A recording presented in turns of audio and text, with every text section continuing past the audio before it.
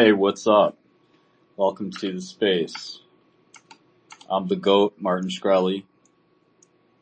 What's happening, Martin? Thanks for letting us in tonight. I need no fucking introduction, because I'm the fucking GOAT. And there are very, very few people whose lungs are big enough to box with God. That's me, just in case you don't know. I'm feeling myself today.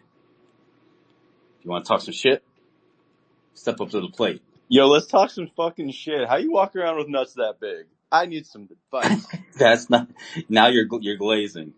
Who wants to talk some shit? Go ahead, talk some shit. Where you at? I'm down here on the island, my man. It's good life, living in the Caribbean, banging ethnic bitches. It's fucking awesome. Oh, okay. Okay, but who's ready to talk some shit? You can't handle this shit, man. I take big shits. We're talking dump trucks. Okay. I really do want some people who want to get into the mix. Maybe some Democrats. I lied. Let's I'm go. not here to talk shit. I know. So go listen. Go to listen only mode.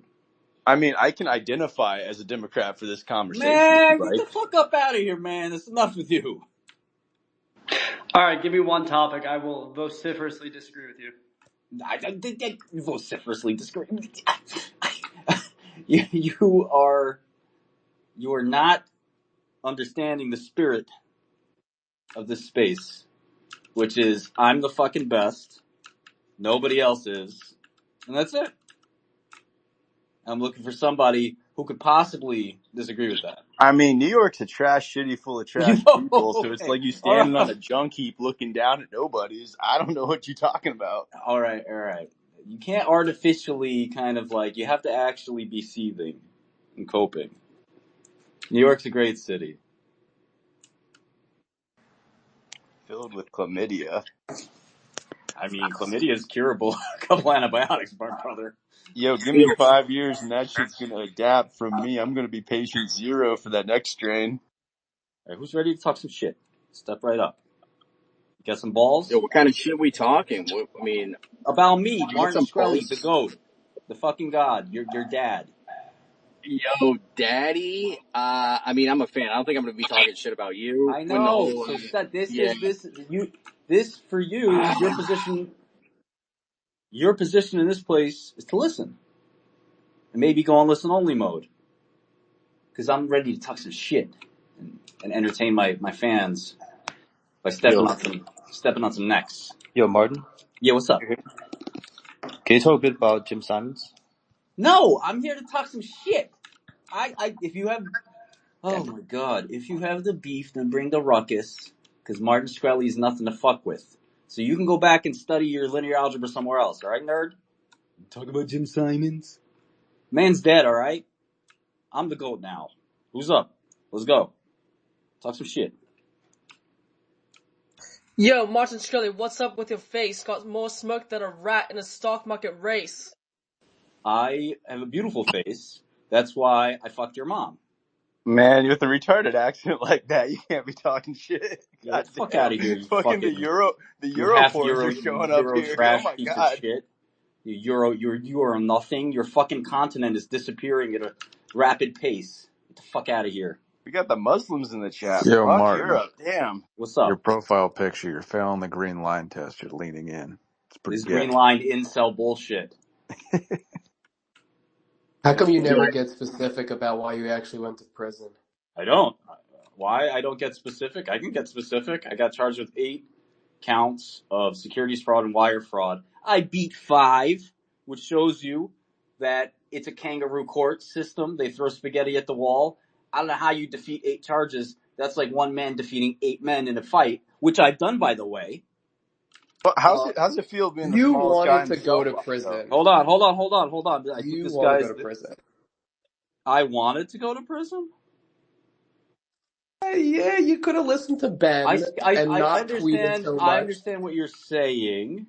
It's not true exactly, but I understand your vibe. You're not 100% incorrect.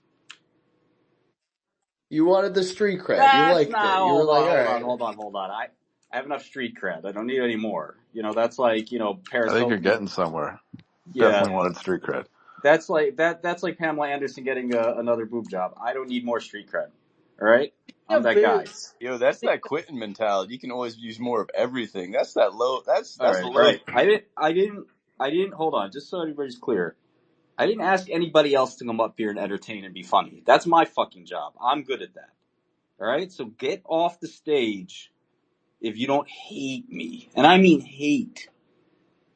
I need top haters here. I don't need fucking amateurs. What's up, you pussies? What's up? Jacked up the prices like you got no soul. From a bro villain, you're out of control. But the Wu-Tang album, I thought you were Fuck fly. out of here, nerd. This fucking white kid looks he can rap. Get the fuck out of here. Stupid shithead. Yeah, we get you a record deal. Yo, Shkreli, why are you such a bitch? I'm such a bitch? I wish I hated you, brother.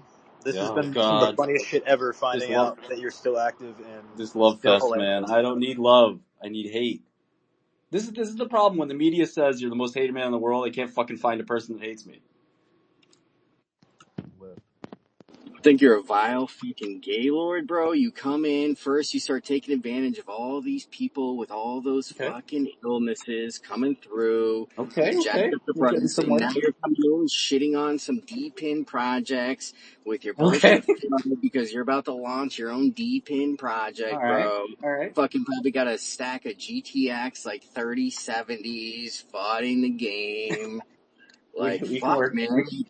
I don't think we can. I thought for a second we could work with. I thought we could work with. Gay. Crypto's like mad gay. I thought we could work with this, but then I don't sense the hate anymore. I don't think it's authentic. Crypto's gay? Yeah, it's wicked gay. Who said that? Can you elaborate? It's about to be Pride Month. Chill. Would you like to elaborate? It's bullshit. Why? It's all bullshit. Yeah, why? It's all giant pyramid scheme, man. It's as bad as like the Federal Reserve. Okay, hold on. You said like the Federal Reserve, right? Mm-hmm. Not like the Federal Reserve. The exact same. Okay, so if based off nothing real. If thing one is bullshit and thing two is bullshit, then do you have like a third proposal for global monetary system that we haven't figured out? You fucking genius. Gold, man. We go back. Let's do it. I got it. You want to use this other barbaric relic with no value instead of the other two barbaric relics with no value. What do you have wrong with the Federal Reserve? I'll go toe to toe here. What do you think is wrong with the Federal Reserve? I didn't ask you to argue with this other guy. Nobody wants to hear from your stupid ass. I'm arguing with you. Oh, okay. You think crypto is better than the Federal Reserve? I do. Okay. Give me 2 reasons why. I can give you a million reasons why, you fucking nitwit. Let's go. The first reason is that every single country in the history of mankind has failed. And the U.S. will fail one day as well, even though I love our country. And unlike you freaks, I would go to war for it, unlike you pussies. Hey, actually, I agree. And I think that giving another currency such as Bitcoin more power than the U.S. dollar inherently actually weakens our global positioning. So why would we ever do that? Yeah, well, it's time that we fucking sack up then. Sack up in what way? That's get what your own doing. opinions.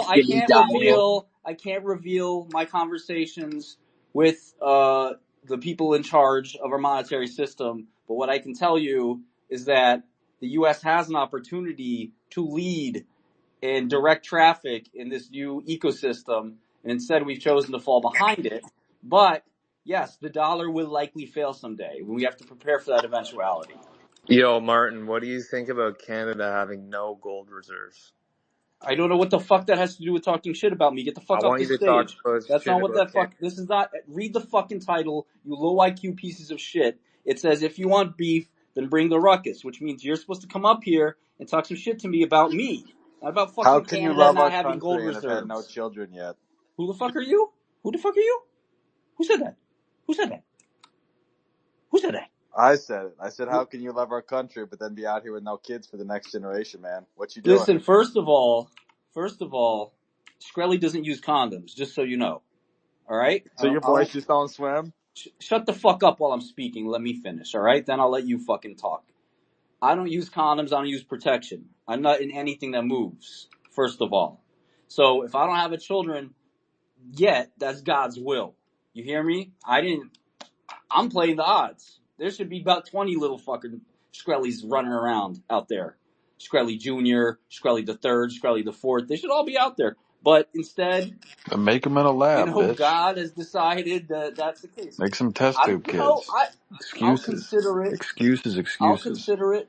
But, at the end of the day, I was away for 5 years where I didn't have the opportunity to have any children. Although there was one. Fucking lab boy, you could have jerked off at some I point. jerked Come off, on. but there Figure was. it out. You're supposed to be smart. Listen, I contemplating sneaking some steam into the visiting floor for my girlfriend, and she disagreed with this proposition. All I hear is you weren't rich enough to get people, to visit you in jail. Well, so, the thing about visiting in jail, conjugal which visits. you may not know because you probably just don't know a lot of things. The thing about, visitors in prison is you don't get to sleep with them. You understand that? Skill issue. I think your whole issue. desire to be a villain is because you don't have a good relationship with your mother and you just can never I connect love with Mama. her. So you're I just love Mama constantly Love. What are you seeking. talking about? That's my Mama Love. Don't talk shit about my mom. That's going way too far. I think his desire to be a villain is because he's the shortest Albanian by a foot that I've ever met. That's not true at all. Do you know how many short Albanians there are? I'm 5'10". I'm above average for Albanians. I've only been meeting like 6'7" and above in my life. Albanians? Yeah. Yeah, you got to go to an Albanian event. I went to one. It was my father's funeral. I there were about 3,000 Albanians there. That's not many people who's 6'7". We're basically poor man's Italian at the end of the day. All right, I don't have the hate. I don't have the hate. I just have this burning question. Hurry up. All right, how the hell did you get the feds to agree to take the Wu-Tang album as part of the forfeiture deal to satisfy that? Question. What? Oh, it sounds like you're a lawyer too, by the way, right? Okay. Yes, I interviewed your lawyer, Ben Brofman. Shut up. So when you get indicted, what ends up happening is if you have bail, right, they basically kind of get to monitor your assets until, if you haven't paid bail, which I did, I put up $5 million in bail. They get to sort of at least monitor your assets because they know that they're going to win and they're going to take them. So I ended up having bail of $5 million, no problem. I lost the case, obviously. They came up with this ridiculous number, just kind of picked out of thin air of $8 million. So they took the $5 million and they got to apply that, and I still had to pay $3 million. So when you have to pay the $3 million, this is a common misconception. I had my entire estate encumbered, right, to pay the $3 million. I don't get to say, oh, hold on to the Picasso, but don't take this, or vice versa. It's all, in some ways, their property or their control of property until I pay. And I don't have a problem with this. I'm in fucking prison. So, at the end of the day, I'm happy to wait and figure it out. They, amazingly, what's interesting is forfeiture division, not in a rush to collect. It was really surprising. I have this stock. I actually still have this stock that's worth around $1 million of a publicly traded company. And I said, hey, can I pay with the stock? And they said, yeah, if you want, take your time, whatever. It doesn't matter. What ended up happening with the Wu-Tang album, which very few people understand, is it was NFT mania. NFTs are non-fungible tokens, which there's a significant subgroup of nerds that used to collect them, but now they're broke because they're worthless. They're JPEG photos.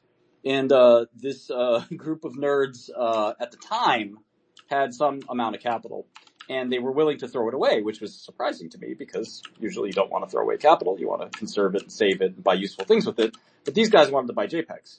So I decided that, wow, there's this bubble. In fact, there's a bubble in all collectibles, and I'd been collecting all kinds of collectibles my whole life, music items from Nirvana, paintings from Picasso, you name it. I like rare things, and I like collecting interesting rare things, not just boring rich people rare things.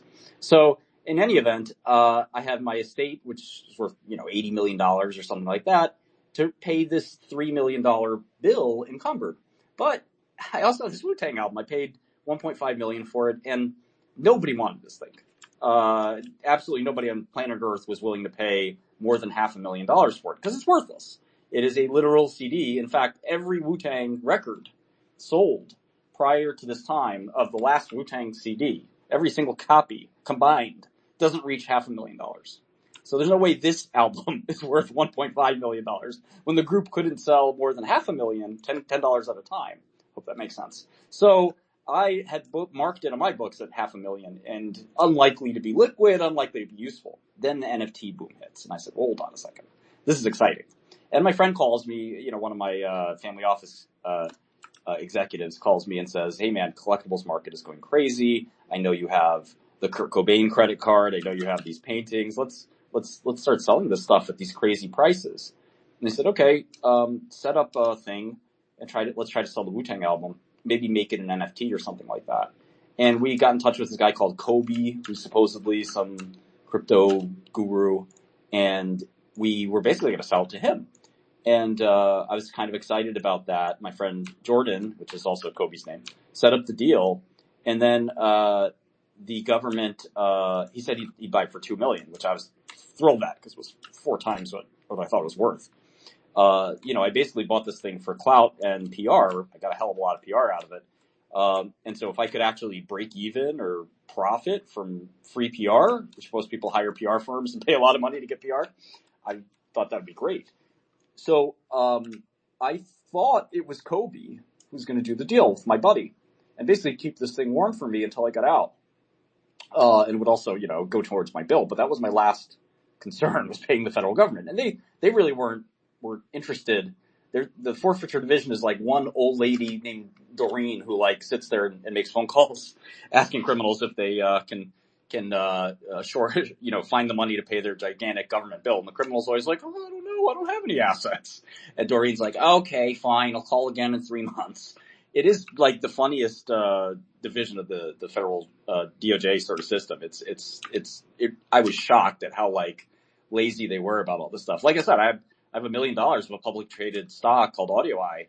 A friend of mine is the CEO actually, and I was like, look, why don't you guys take this AudioEye stock? I don't really care about it, et cetera. They're like, yeah, but it's a lot of work, and I don't know. I'm like, it's worth $1 million. They're like, yeah, if you can make it easy for us to get it, that'd be great. And I'm like, I owe you guys $3 million. Just fucking seize it and this and that. Like, yeah, I don't know, Mark. We'll get back to you. And I'm just like, this is real government employee shit. So this narrative that the album was snatched from me and sold, I found the buyer. And I told them, okay, call the DOJ and we'll make the deal. And so somebody calls the DOJ, but here's the plot twist. It wasn't Kobe. Kobe had told somebody else about it, called Pleaser DAO, which is a collection of retards instead of one individual retard that likes NFT. It's actually this superpower group of retards that came together to enjoy throwing money away buying JPEGs. So the superpower group, like the X-Men of retards, decides that they want to pay $4 million for this worthless album. And I said, this is the fucking greatest day of my life. And so they ended up having somebody pay the DOJ, which is really squirrely, $2 million, and they flip it for $4 million. Somebody else got rich by $2 million. The whole details of this deal are a little shrouded in mystery. And I feel bad because the Pleaser guy Dow is actually in a coma, and he doesn't seem like the worst guy in the world. And I actually do feel bad for that. He got into a terrible accident and is unfortunately still in a comatose position. He's a young guy, really sad, good guy from what everybody says. I had a lot of ill will towards him earlier, but some things are bigger than petty beefs, even for me. So I hope Jameis gets better and gets out of his coma. But anyway, here's the funniest part about the deal is, so they send the $2 million. The government asks me, they said, Martin, do you consent to this sale? Because they can't just sell whatever, is yours for any price. I can easily go and say, wait a second, I have to appraise this and that. It is true that they can sell your things, but I could have also paid cash. I could have paid with any other asset, but I found a buyer willing to pay an insane price. So I was thrilled. So this buyer, turns out not to be the buyer I thought. Now, how could that happen? Well, in prison, it's not exactly easy. You get one 15-minute phone call every couple of days, and you don't exactly get to sit there and have, unlimited calls. So when the government ended up calling my lawyer, and my lawyer said, look, there's a buyer for the Wu-Tang album. I said, I know, I found the guy. Nobody else in the world wants to buy this stupid thing. And the lawyer said, so we're good to go, right? We can approve this sale. I said, yeah. Why would I contest the sale that I arranged? And so the sale goes through. But what's interesting is there's no sale agreement, which is almost always, if you've ever sold anything in your life, maybe a house or something like that, there's usually some kind of like little agreement that says, okay, I'm selling X. This is price Y. This is what I warranty. You're a lawyer. This is what I represent. I'm representing to you X. I'm warranting to you Y. I'm indemnifying you for this, for that. So when you buy a company, which I've done many of those kinds of transactions, you really sit down and you get that purchase agreement, really nailed down. When you sell something small, you don't really want to spend too much money, but you might spend $25,000 if, you're going to buy something worth, if you're going to pay $2 million for something, you might as well get a lawyer and spend 25 grand trying to figure out what exactly is it the fuck that I'm buying and from who and just make sure I don't get sort of screwed here. So these police are now idiots. This is the funniest. This is honestly the reason I'm belaboring the story is it's one of the funniest things in the world. So I have this album. Album fucking sucks. Useless piece of garbage, right? The Wu-Tang Clan was cool in 1994. And I barely listened to them then, by the way. But I like Dave Chappelle. And Dave Chappelle did a thing where he constantly had the Wu-Tang Clan on his comedy show. And I thought it was pretty funny. So he kind of breathed new life into them. And I just thought, okay, wouldn't it be fun publicity stunt to buy this album? And I play it for all my friends. I send copies of it to all my friends. Basically, any girl in New York City that is half attractive has been sent this album by me because that's just the kind of guy I am. And of course, I make a zillion copies of it in FLAC and MP3, lossless, etc. And I'm sitting here saying, shit, if I'm going to sell this album, these retards are going to make me, warranty or pledge that there's no other copies of it out there. But I know there are. So what do? Do I engage in fraud? Or do I, tell them that there's copies out there? Would they still buy it if there is? I don't know. This is a fucking conundrum if there is one. These morons buy the album with absolutely no warranties or guarantees from me. They don't even ask me to destroy any copies of the album I have. So they buy the coaster. I still have these FLAC files, these MP3s, and they bought a physical copy of an album, which, if any of you have ever owned a CD, is absolutely useless if you have the MP3 files. In fact, most people will burn those MP3s so they don't have to constantly put the CD into their computer or their CD changer or something like that. And that's, technology from 20 years ago. These days, we don't even use those kinds of things. So when I met Jameis finally in person, he admitted, he said, yeah, maybe it wasn't the smartest idea to do this deal that way. And that's sort of the story, the full story, a little abridged, but the full story of the Wu-Tang album. I hope that's useful. But let's get back to... Go ahead, Jason. If you Holy shit, Martin. Are you done glazing yourself? You back to the beef? Hold on, Bolts. We'll get to the beef in a second. Jason, I just wanted to give you a follow-up because I'm glad you asked the question, and I'm happy to answer another one. It's just totally wild. I mean, I'm still taking that in. It's very funny that they're so aggressive in prosecuting, but then the actual collecting of the money is just like some Doris in an office. Yeah, I mean, sitting there. I was a little surprised, but then I wasn't, because at the end of the day, I guess the way they look at it, I asked a bunch of different attorneys about this. I guess the way they look at it is every day they get some criminal that has like a $200 million judgment or something like that, and they know that, like, the guy's got assets hidden probably, but there's no 200 million. Most criminals just spend their money frivolously and waste it. They don't make shrewd investments, like I do. But really collecting brilliant appreciating assets.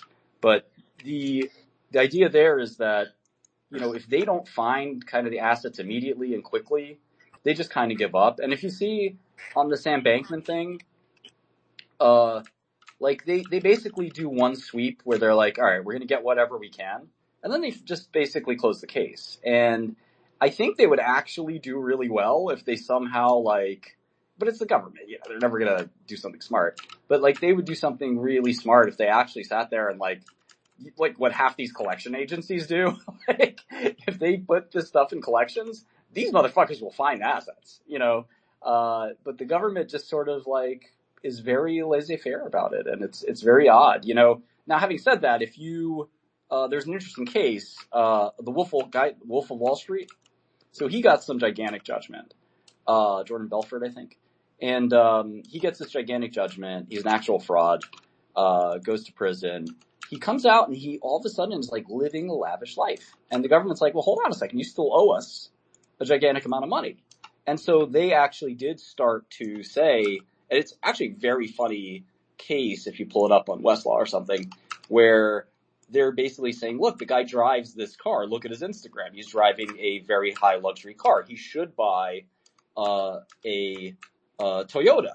And they basically say, well, his defense was, the luxury car, technically, you know, the guy needs a car. He's allowed to have a car. What's the problem? And they're like, no, the median car in America is worth this much. This car is worth 10 times that. We asked the court to sell the car and pay his debt, and then, he's allowed to own, a shitty car. And basically the courts don't even like buy this. They're like, yeah, this is just a big waste of our time too. And we don't really care about his car. Go fuck yourselves. And it was a very fascinating thing to watch because in practice, like the interest the government has in like collecting this stuff is limited. And there was a case where, they were kind of, I think, pissed because the guy was like kind of flouting the law a lot and making a celebrity out of his criminal life. And in that case, kind of the government was like animated about sort of getting after it and fighting it. Sorry, Jason. Okay, no, that speaks to incentives. The government isn't incentivized. They're incentivized by prestige to get someone convicted, but they don't get the money, so it's not there. Which is, I was saying this dunkingly before, but your lawyer was telling you to stop tweeting, and he's convinced you got more time because you just I keeps it real. Fuck that. Ain't no man gonna tell me what to do. That's crazy. Fuck that. That's actually Fuck that. crazy. Fuck you too. You were like, yo, get me a lock of her hair. I'm gonna do what I want. I'm gonna do what I want. I'm gonna do what I want. How about that? Yeah, she has a lizard though. I'm gonna do what I want. Fuck a lawyer. You know what? You think you're better than me because you went to law school? Fuck you. No, but you paid a price dearly for it. You are so freaking calculated. You must know that. No, this is worth it to me. It's called keeping it real. That's what I do. When keeping it real goes Can you put a price on As truth? a man, that's what I do. I keeps it real. All right, Jason, thank you for showing up. Thank you for your very half-hearted hating. Let me get a real hater. What's up? I want to understand the dog shit AI companies and the dog shit hiring for the AI companies. Are you talking about my companies or the AI companies? AI in general. Oh. No, your companies. Okay, well, who the fuck are you? The king. What do you mean? What's your name, King? What's your name? Boltz.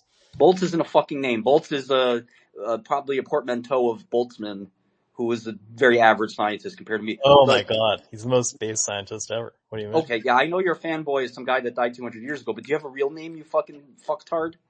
Ludwig. Ludwig. Why don't you give me a little resume of your life before you judge mine?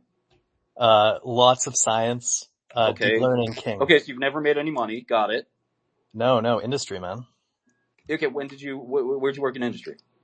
Some places, some LLM companies. Are you scared of fucking disclosing where you worked? Are you that much of a pussy? No, my profile's too high, you know. You want to come here and talk shit? You want to come here and talk shit about me? Martin. Shut the fuck up. Your existence proof is retarded to be public on this. No. Shut up. You want to come here and talk shit about me, an inherently manly activity. Look at this guy dodging the question about his dog. Oh, no, I'm going to get to the question, you stupid fuck. Substance, Martin. Have substance. First time. No. I got you, dog. Yo, Bolt, what the fuck is your bio? I got you. Doesn't it say bring forward what is true? Defend it to your last breath? I got you, dog. Don't worry. I got plenty for you on plenty of ammo for you on AI. But I just want to talk about the inherently feminine like kind of trait of being willing to go toe to toe and confront somebody, and when they confront you, you say, oh no, I can't talk about that. I won't tell you my name. Yeah, Ludwig. There's nobody in AI that's important named Ludwig, by the way. There's not a single fucking person. That's fair. All right. Listen, I at least appreciate you backing down a little bit. So my products are doing well. We have over 1 million users, which I don't know what company you work for, What, but really? yeah. A million users on what, like, interval daily? We have 1 million registered users across our platforms. Oh, okay. Yeah, I Oh, registered okay. for it for 2 minutes and then didn't use it. That's what it is. You have a giant distribution. No one Everyone I'm loves happy. their fucking Indian doctor grift. All right. We're on plan for our financial sort of goals for the year end. We're going to exit at a run rate. getting shitty crypto coins. Whoa. Hold on. One at a time. It's not your turn, Hogan. I got you too. I got something for you. It's got something delicious. So it is grift, right? Bolt. Your argument is, Shut the we're fuck making up some while I money. answer your question. Fine, go. You asked my question, right? I asked you a question. Let me answer it. Bolt, you ever raise capital, by the way? Yeah, once. Oh, okay. I've raised some capital from some of the biggest investors in the world.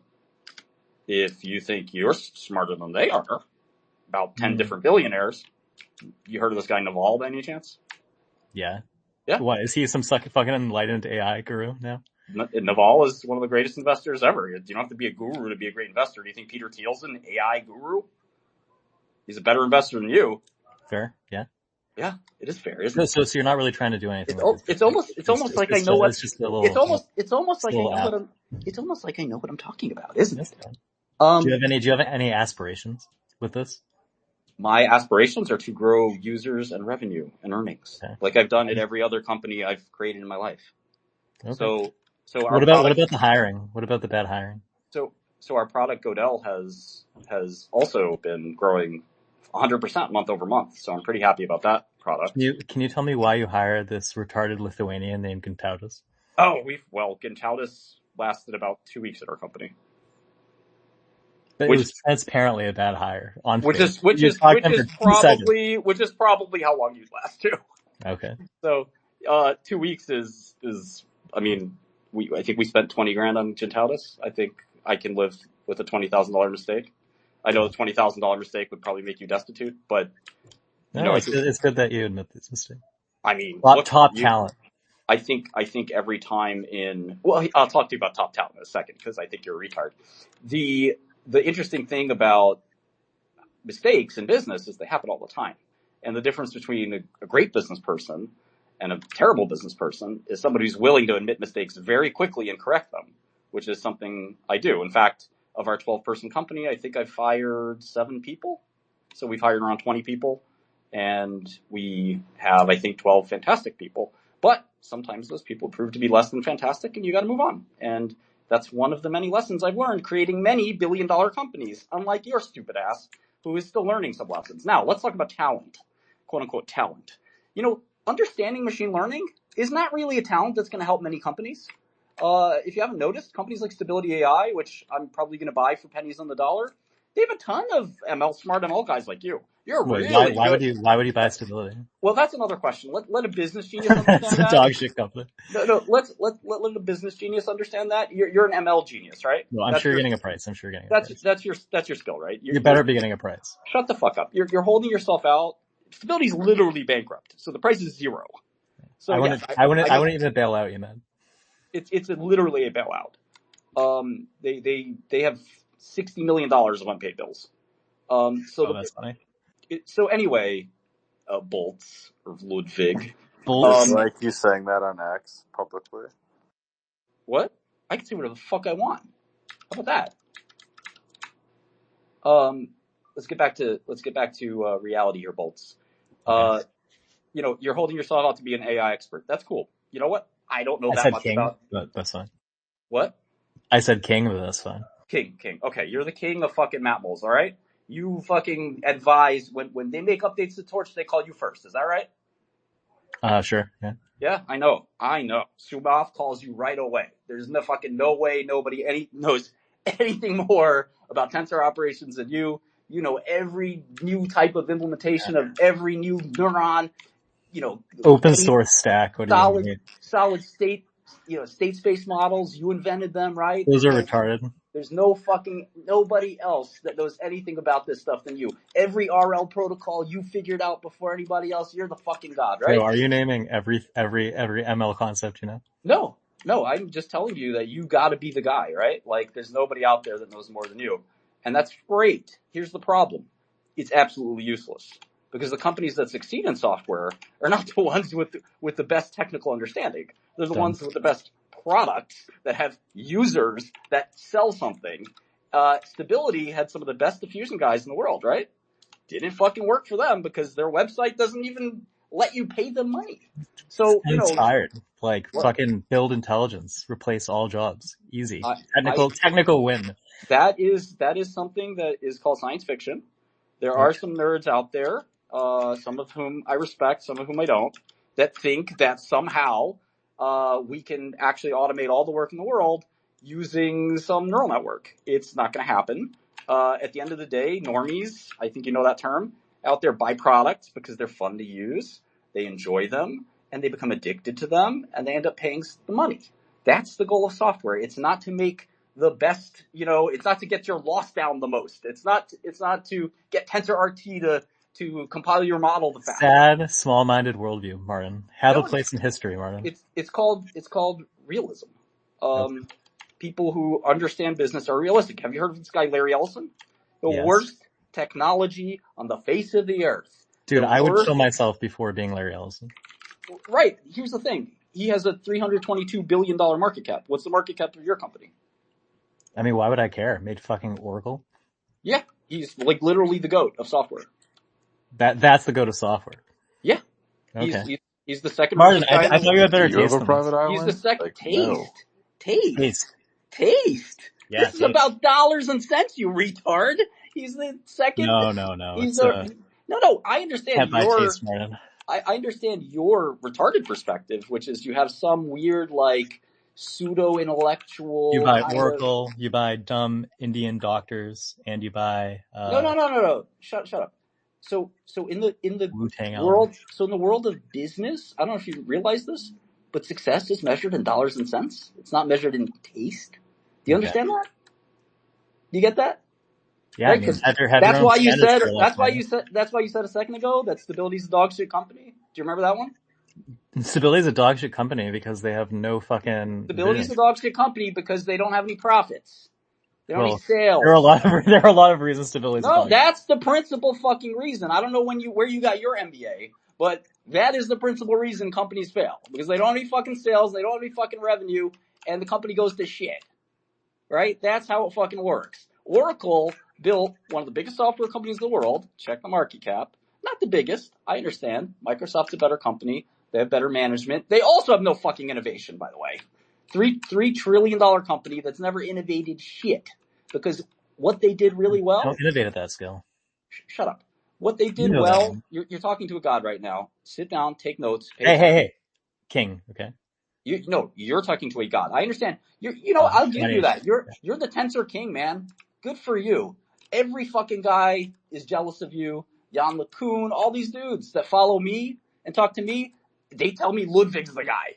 Jan LeCun wishes he could train LM, okay? I know all these dudes. I know the guys who invented Transformers. 5 of those authors follow me. But Ludwig's the guy. You're friends with, I know.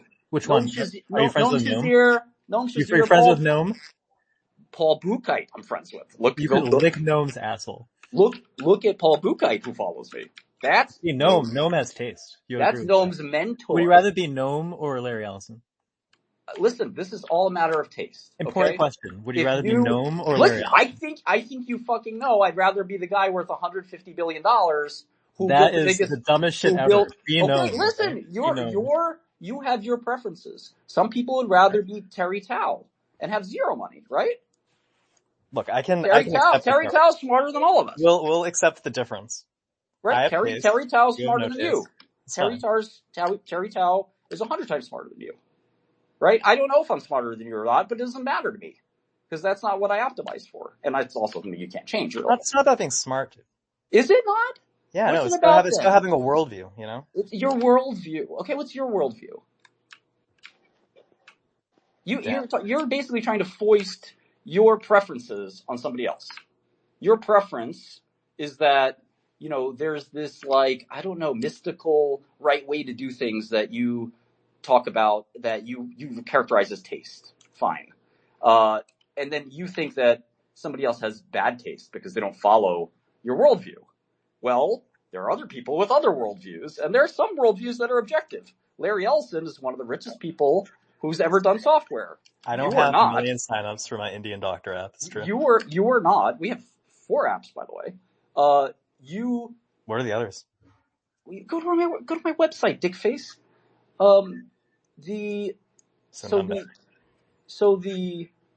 So Larry is the maybe second most successful person in software ever.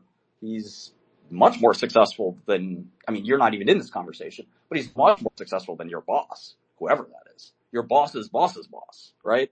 So at the end of the day, like, and we're talking about the field of business. And in business, things are measured in market cap. It's interesting that, like, you defend Oracle instead I of don't defending interrupt your you. own. I'm going to let you say your thing in peace from start to finish without interrupting you. You have to give me the same. Wait, you didn't do that. We've been No, back I pledge to you that I will if you fucking act like half a fucking human being right now, okay? Okay. We're talking about the field of business. You sound like you want to move this to more of an academic discussion, which I'm happy to do. But in the field of business, things are measured in revenue, market cap, net worth, right? So yeah, Larry Ellison's kind of near the top on most of those things. I don't know where you work because you're too much of a pussy to say, which is bizarre because I think you're such a junior employee that if you did say, maybe you'd get fired or something. So that's weird. You know, you should, kind of just not be a pussy and say, like, I work at Cohere, I work at, OpenAI, I work at whatever. There's really no fear. What am I going to do? Call Sam Altman and tell him you're a pussy? I mean, why are you so scared? I'm not doxing. I understand. Courage is a difficult thing to come by. In a couple of years, you might get more testosterone, and you might be willing to stand by your name and not hide behind. I don't crave notoriety at the expense of. It's not about notoriety. It's about just disclosing who you are. It's not that hard. No, sorry. It was. I was comparing myself to you, just to be clear. It's not notoriety or it's just I'm a human being. My name is John. How hard is that? I mean, you did Ludwig. That was not so bad. But like, who cares what company you work at, dude? There's 14,000 AI startups. I don't give a fuck what shitty one you work at. No. There's one winner. Right? There's one winner, OpenAI. I know 80 people that work there. Do you work there? I do not. Okay, so who gives a fuck where you work then? Do you work at Google? I think he does. He doesn't want to say yes. It doesn't matter. Don't. Okay, so you don't work at Google, you don't work at OpenAI. Elimination here, okay? You don't work at Google, you don't work at OpenAI. What the fuck are you doing then? What other companies are left? Midjourney? Midjourney. Somehow worse than Stability. Profitable. Yeah, actually, I would prefer Midjourney. I mean, they are literally rolling in cash and have $200 million in revenue, so they have no outside capital, well, very little outside capital. So I think Midjourney's doing all right. They're probably worth $5 to $10 billion. Have you heard of Magic? Yeah, of course. Yeah, that's us. No, it's a good company. I'm not going to insult you for that. I mean, I don't like. I'm sort of shitposting here too. Yeah, it's fine. I love you too. Love you, Martin. I actually don't like the Matt Friedman, but that's a whole other story. Should unpack. Why?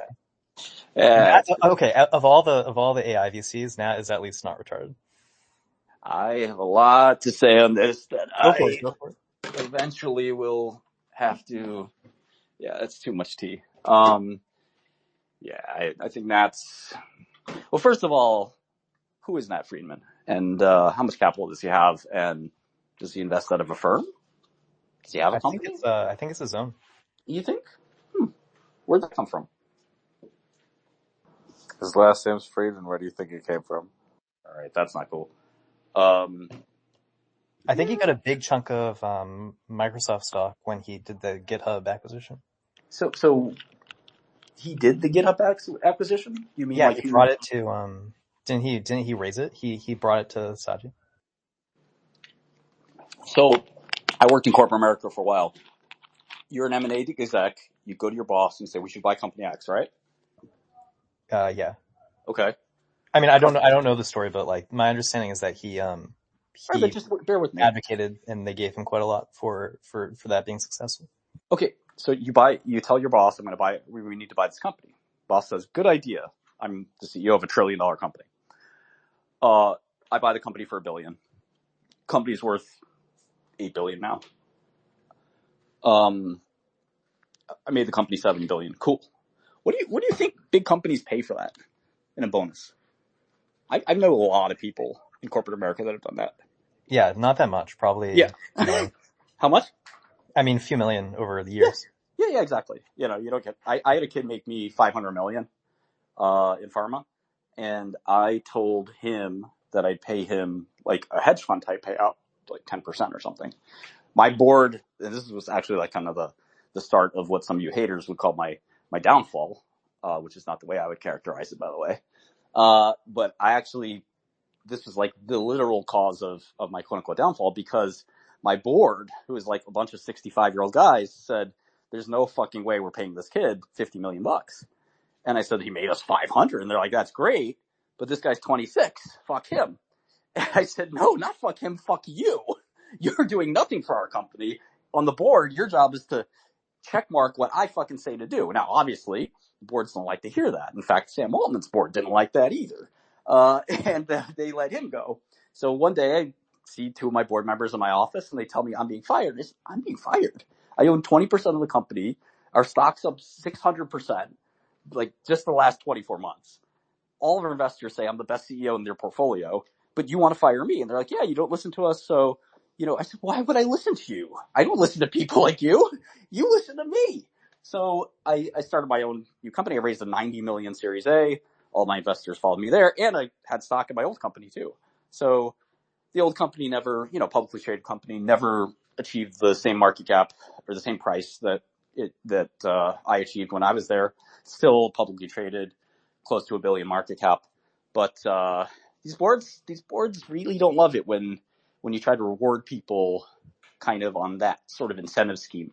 So, okay, say they gave him a $50 million bonus for buying GitHub and making the GitHub value go up. How do you lead $100 million deals with that? Yeah, I don't know. He must have had some insane angels. I don't think so. I think I know more about this than you. Oh, okay. I mean, do you have theory? Do I have a theory? I mean, you know? You actually know? Of course. Oh, then tell me. What is it? You see the people who follow me, dude? You see the Shkreli network? Martin, why are you dodging me? There's no... Give it to me, Martin. There is no VC in this fucking Silicon shit valley that you fucking call home that doesn't talk to Shkreli. And I'm not talking some junior guy. I'm talking the guy whose name is on the door. And yes, I know what's going on there. Personally, look, the capital's real, obviously. Yeah. The portfolio is insanely good. I don't think so. I think 11 Labs is 0. Interesting. Okay, fair. That's like the only winner. Let me get his list of portcos. One sec. That's his only winner. I think that, look, I hope you guys become a $10 zillion company because you sound like a cool dude. But, and look, I really do think that LLM's main utility is developers, and that's a huge thing. Like, that's a $1 trillion market cap space at some point. I think Microsoft's going to get a lot of that. Google's going to get a lot of that. But look, I hope Magic gets some of that. And I hope Replit gets more of that because I'm friends with that guy. But, I was there before. Oh, good. Yeah, no. Amjad's a close friend. Yeah, Amjad is awesome. He's an investor of mine. I think that, this is like the killer use case. Everyone, like all the doomer nerds who are like, it can't add, or, it's not that smart. It's like, no, every developer on the fucking planet, including like the curmudgeon guys at my company. Our CTO is the 2 Sigma guy. He's like, I am never going to use an LLM to code. That's the day I fucking die. He's using it. So I think, everyone's, this is the killer app. I mean, there are millions of programmers in America. If you make them 5 or 10% more productive, it's amazing. Look, doctors work the same way, by the way. And I'm the only guy in that space. If you can cut the same way that you're working on tools for developers to be more productive, if you make tools for doctors to be more productive, which is, by the way, I don't know if it's bigger, but it's as big, I'd say. It's in the $1 trillion ballpark. I guess my challenge to you is basically like, why aren't you doing that? Like, why these half-baked products? They're not half-baked. So, I mean, okay, they're real products, but like, our financial, go for it. Our financial investment platform. So the way our company works is a little unusual. We're doing a portfolio. We're the only like people sort of giving a middle finger to the YC meta. I like YC a lot, by the way, but the meta of do one thing and do one thing really well, and don't you dare try two things, is something that works for VCs. It doesn't work for entrepreneurs or real people who have to hire more real people and have to look them in the eye and try to tell them that everything's going to be okay. The way our drug companies worked out really well is by having multiple products. It's literally the standard in every other industry other than software. So yeah, why do the VCs get all the diversification? Right. So I said, no, fuck you guys. If you want to invest with me, I'm going to make sure my company doesn't go bankrupt because we mistime a product or we make a mistake. Like, I need to survive, because otherwise, why would I want to write lotto tickets for you guys? I'd rather have your job. And some people say, I can't do that. Some people say, you know what? You're right. You're a genius. I'm going to bet with you and you'll figure it out. And those are the investors I like, obviously. And so our financial information platform is like this Bloomberg competitor. It's doing really well. But the way it works is I have a kid in charge of it. And I talk to him 5 hours a week, 10 hours a week. And he's autonomous. He hires his own guys. I basically like allocate him capital. I help out like a product mommy for him a little bit. But in essence, he does that. And so, we have a couple different things like that. And look, we're a year old. So I think, it's going to take time. But I'm happy our revenue is growing very rapidly and our user base is growing rapidly. I think the thing about the doctor LLM stuff that I think is interesting is my instincts are telling me that if something's going to take 30 years to play out, which is, I think, kind of what this is going to be, you can take your time. Like, look at legal LLMs. Like, that market has 0.0001% penetration. And I think banging your head against the wall like crazy to get that penetration to go up is probably a mistake. Like, if you think about like a company like Borland, like early software companies, they kind of like could have done better by being more patient. Everyone feels like you have to be the first mover. And if you are the first mover, like erect these big moats, etc. Well, usually that's good advice. But if you're in a position where the market for your product has not grown and is not going to grow for a long time, you sort of have to pace your investment with when that user base is going to grow. I think like social media was like inured everyone to be like expect that you can grow a market, so fast. And that people got that wrong as well. Because when TikTok came around, everyone was like, oh, this market's just zero sum. There's no way this market could expand. And it turns out that TikTok went from 0 to 10 billion in revenue with Facebook also growing revenue. So it's like, did more people get born? Did we somehow find more time to use social media? It was a weird like market misestimate. I think doctors are going to be the last people that want to use LLMs. And I think the healthcare system is going to be the last system that wants to use it. So, we have 350,000 users for Gupta, but it's one of these things where it's like, do I want to try to pour it on and make that 3 million? I don't know that would help me. Like, I think that we have to think really intelligently about like what resources should we use. So we're going to train a healthcare LLM based on like the entire Sci-Hub corpus and stuff like that, and sort of move to sort of a model that can really understand, ideally, not just the model, but also the kind of circuit around the model that can understand how to make good healthcare decisions, and then run a clinical trial that proves that it can beat doctors. But it's like, let's say you did all that, even in the next year or two, how do you go get, kind of adoption?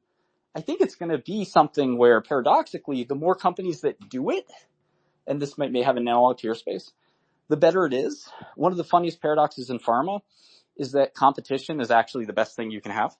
And I'll tell you a very quick story about this. There's a drug called Remicade, which was a Crohn's disease drug. It works by stopping a molecule called TNF alpha. So Johnson & Johnson has this drug. It's around $2 billion medicine, doing fine, really big drug, really profitable. But then it's an IV drug is the problem. And then a company that no longer exists has this other drug called Enbrel. It ends up in Amgen's hands after many mergers, but at the time it was somebody else. And Enbrel is coming out, and it's a subcutaneous shot, really easy to take. Everyone says it's over for Remicade, right? This $2 billion drug, it's going to be Amgen's $2 billion. And Remicade's going to die because who the hell wants an IV when you take this little baby shot? Sounds right. What ends up happening?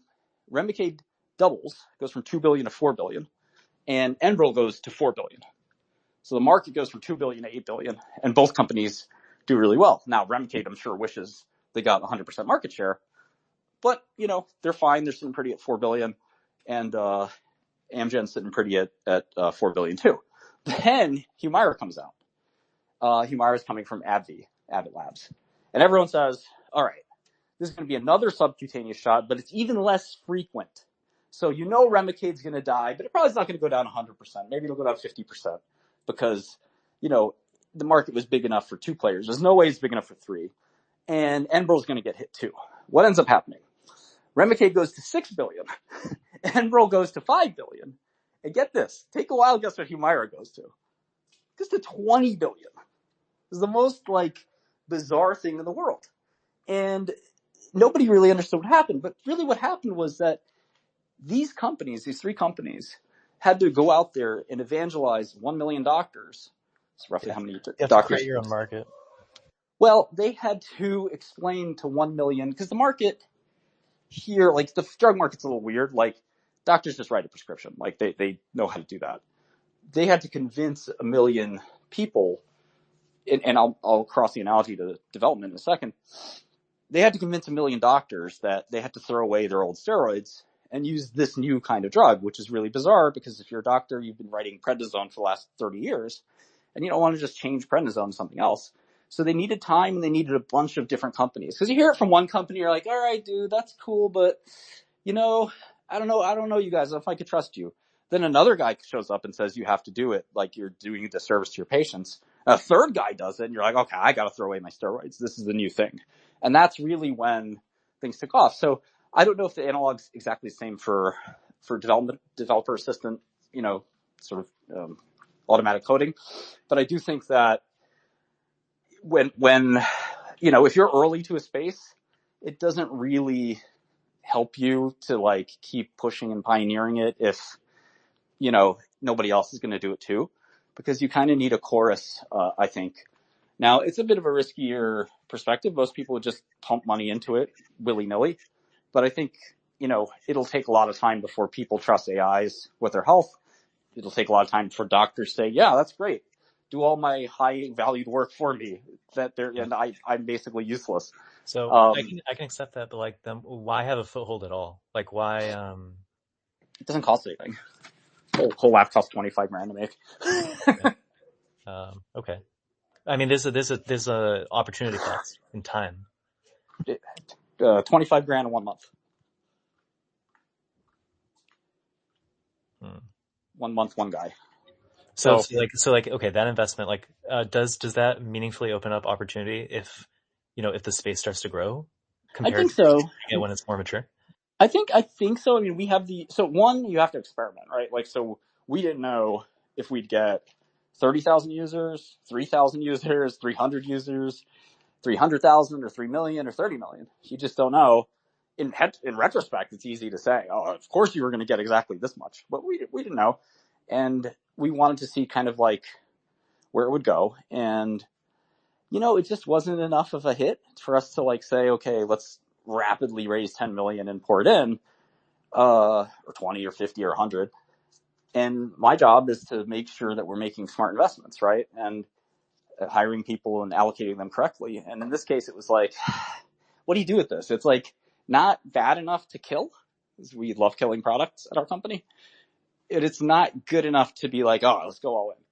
And I think it's those kinds of products you have to really process and think about. And that's kind of the decision making behind this. I haven't talked about this publicly, but since you beat it out of me, so every startup's looking for that, gigantic thing. I think a lot of people in your space are afraid that, oh man, there's 800 companies doing this and somebody's going to beat us. And, you're looking over your shoulder every second. The Gupta idea was, and we have products like that too, by the way. We have a text-to-speech thing that's just like that. And, it's unfortunately a much smaller market than your market, but it's probably less crowded too. But it's a crowded market. And the doctor AI market there's no players in it. There's one company called Hippocratic that looks ridiculous, and there's really nobody else. And it's like, I just don't know where this is going to go, and I'm going to just take it easy. Like thankfully, because we have been around the space a little bit, we know how to train a model, we know how to fine tune a model. We think we can, pre-train, with every data prep with every sort of thing that's ever been published in the history of human society about medicine, which is not in most LLMs. Like most LLMs do not have. There's 80 million PDFs, and how many tokens is it? Do you know? I don't. It's a lot. I might hit you for advice. But the trick here is that all those PDFs are not in Google, right? So you can't scrape. If you're OpenAI, you're not scraping that stuff because it's Elsevier paywalled, and I don't know if I don't think they've gotten it. You can get the abstracts. The abstracts are pretty good, actually, I think. But one of the problems, as you know, in the LLMs is what weight of evidence is more important than other weights of evidence, because you'll have somebody on Reddit say, oh, COVID vaccine doesn't work and it's going to kill you and this and that. And then you have the New England Journal of Medicine that has all the data and, is pretty objective. I picked the most polarizing thing. I think these systems need some attribution or grounding. Yeah, I get nervous about that. And then of course the other problem is the LLMs are very non-functional in a lot of ways for decision making and being definitive and getting I guess RLH stuff to be no, you should do this. You should be taking this drug. Your doctor's wrong. You should be doing that. And I don't know that they're still not quite the best recommendation engines for those kinds of prompts. Are there legal fears? So yes. So of course that was one of the main things we thought about. We got a letter from the UK. Oh yeah, that's fun. And with I have this, as you can tell, very bizarre personality where I was just gleeful almost that we just banned all UK IP addresses. Now the problem is I'm not going to be so gleeful if we get 10 more of those letters, but I think that eventually we're going to look at this like driving. We're going to look at it and say it's a disgrace anytime anybody gets behind the wheel and kills somebody with their car when a machine wouldn't have done that. And we just accept that 50,000 people can die from automobile accidents because we want to go vroom.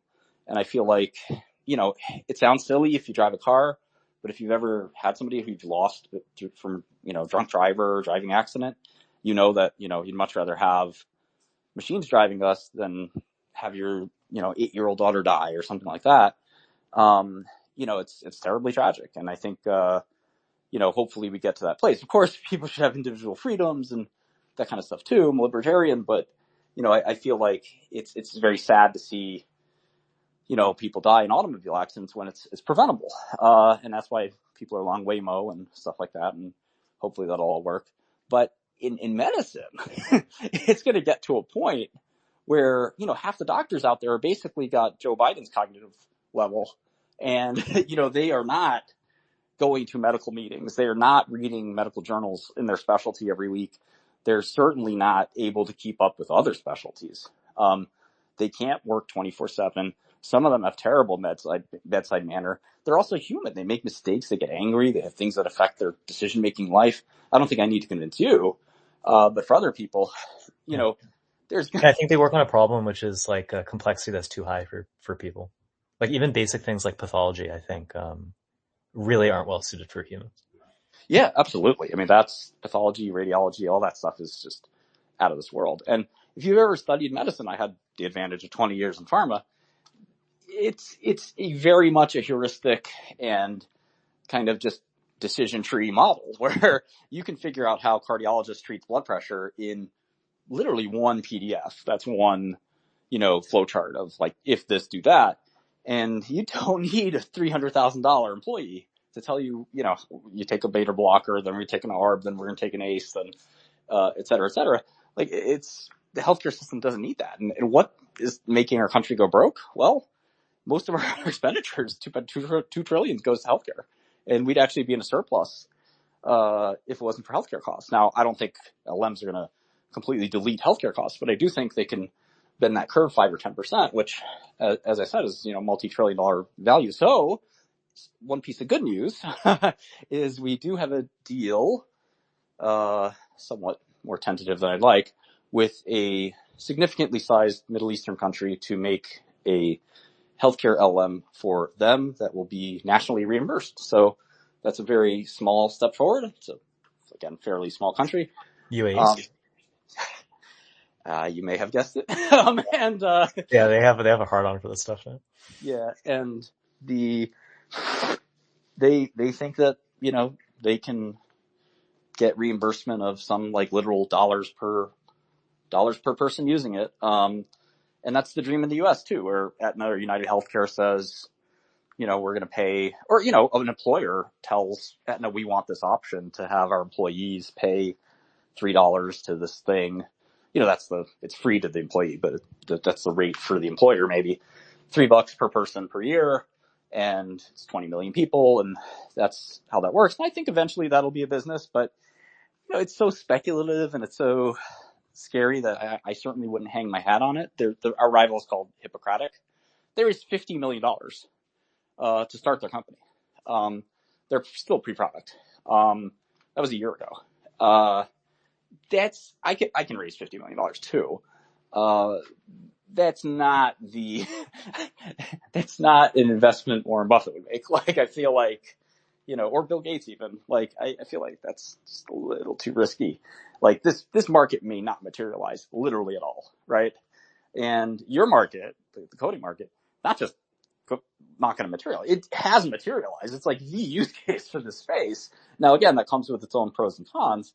The pro is gigantic market, already proven, and, a significant technological advantage, which sounds like you guys may have, can result easily in a 10, 20, $30 billion company, maybe much bigger. The downsides are obvious. There are some players that are entrenched. They're connected to code bases, code editors, all the stuff that, could possibly give them a natural advantage over anybody with a technical advantage. But, I'd be betting on you guys too. It seems like a great space that, I think, like I said, I mean, watching whenever you see a product class take like 100% market share within your company, where you have like 8 developers or 10 developers and like every single one of them, I just walk around the office and look at their screens and they're like, everyone's unfortunately using ChatGPT. Are they using Cursor? So nobody in our office uses Cursor, but, I don't know, maybe they should. I don't know. I feel like for whatever reason, I think that's the best open model right now. Is it smarter than GPT? No, it's just good UX, really good UX, and they do a lot of fine tunes, which, I think it's the best UX right now. Yeah, I've seen those videos of the UX looking amazing, but I just am curious about like, did it actually fix my shitty neural network programming or not? Yeah, you should try it. It's worth trying, I think.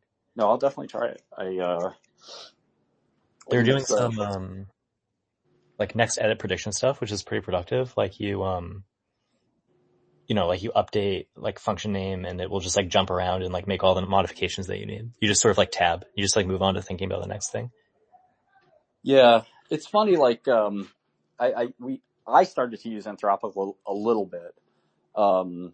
We mostly use it the way other people use it, where it's like, I always use it for FFmpeg because we do a lot of audio stuff. And for me, like, just typing FFmpeg --help is like, it doesn't even fit the screen, like how many options there are and flags there are in FFmpeg. And if you want to like truncate an MP3, or whatever file, it's like such an abstruse, like complex, little thing you have to write. And it's like, I'm never going to memorize these things. And look, in the 1990s, I would memorize the most inscrutable, complex, command line options because you had no choice. Like you just had to learn every single one of them. Like, do you know every flag of sed or something like that? Like, not many people do, but if you've been programming long enough, you do.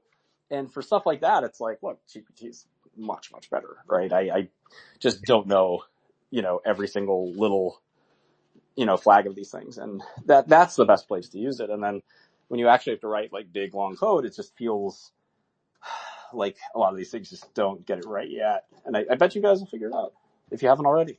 I think there are like 2 bets. There's like the developer productivity, or 3 bets maybe. There's developer productivity tool. There's like full automation. And then there's like Replic's thing, like reduce barrier to entry. Yeah. I'm really interested in where John. I like the Replit bet. Yeah, I also like I think it's very difficult because it's like right now Replit is sort of like a convenience tool, but it doesn't really have a I don't know like what the profile is for user. It's like it's too hard for like the non-developer technical person at a tech company like PMs to like do things. They need to add something. It also gets you like 80% of the way there and you're sort of fucked, right? Yeah, he's got his work cut out for him in terms of commercialization, but he needs revenue too. Yeah, I'm doing, I'm going to do, because I like Amjad a lot, but also I actually am really impressed with how far they've come. I used to think of it as a JS fiddle like alternative or something like that. Yeah. They have like good cloud services now, the auto scaling deployments and stuff. I mean, it's amazing. You have a command prompt, like right on the right side. It's so impressive. And I'm going to do a little like intro to Python video series using Replit, and teaching programming in 2024 is very interesting because it's like, I think they already have 100 days of code, which is sort of like that, right? Oh, there's a million of these things, but I'm just going to do it because I like to teach and I have a following, and people might, I used to do these financial videos that became very popular. So I could do these as well. But what's interesting is teaching programming in 2024 is really like an AI first thing. It's really fascinating to like, if you have to teach somebody who's never programmed ever, how would you start? And I'm just sort of sitting there thinking like, press tab over and over again, write a comment of what you want, just press tab a bunch of times. And obviously that is not going to work. People need to know what variables are and things like that. But to start, I'm not sure that's such a terrible thing. Like, I've taught programming since I was a kid, and it's just fascinating that in these days you could actually kind of get people started really fast. And Replit's a great place because you don't have to, like, the first chapter of every intro to Python book, I bought like 10 of them just to sort of see how to attack this. And as a programmer, as well, in real life, it's setting up your development environment. It's not, is enough to get most people to quit. You have insane churn from like the first, just the setup, I think. Probably like 90% plus. Yeah, exactly. And Replit is just like, no, go to this website, click this button. Wow, you did something cool.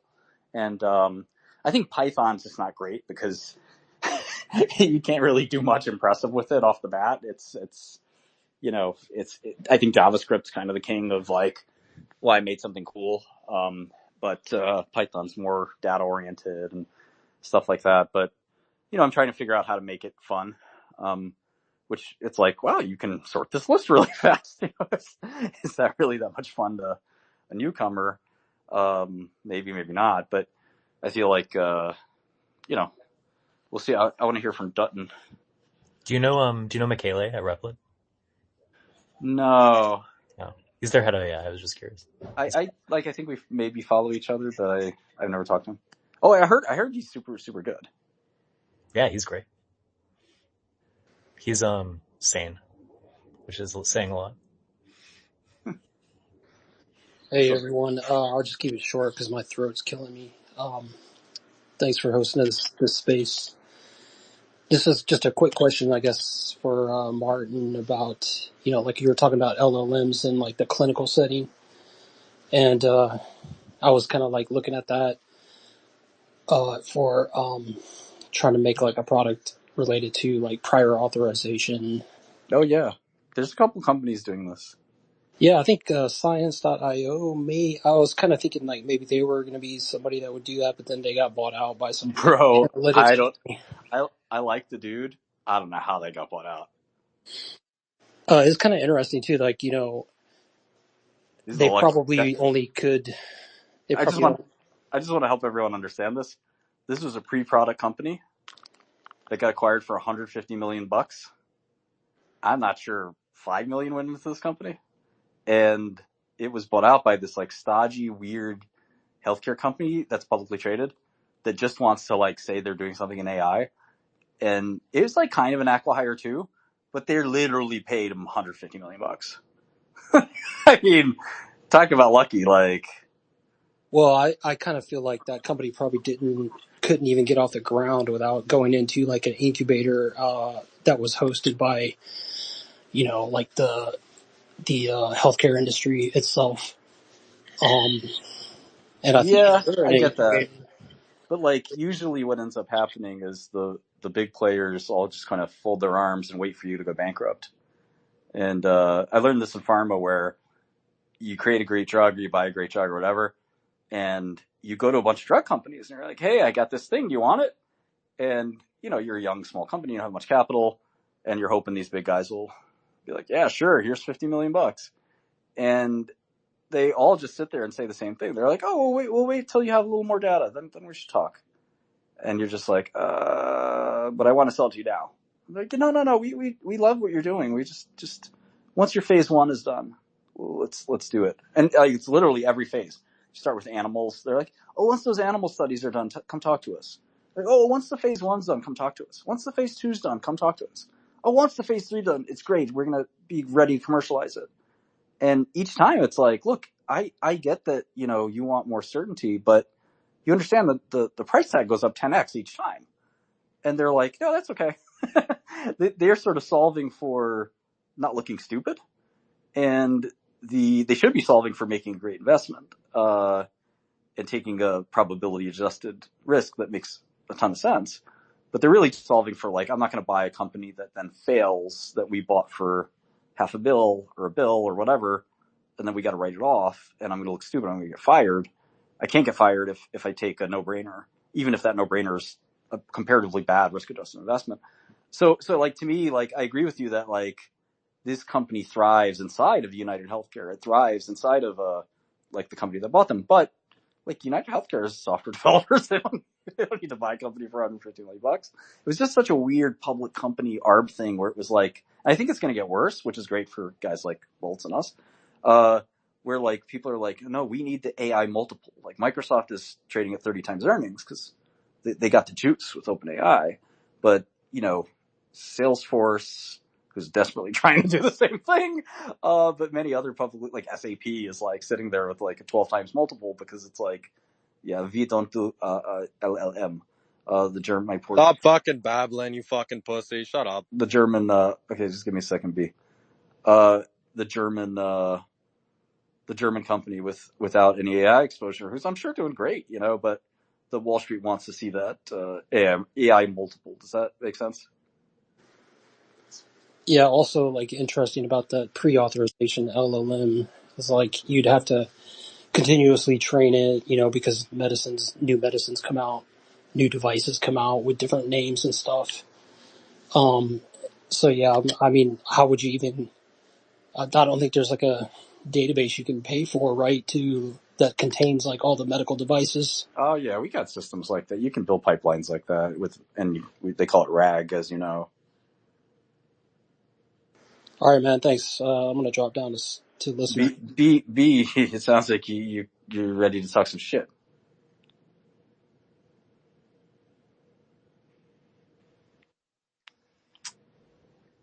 Who?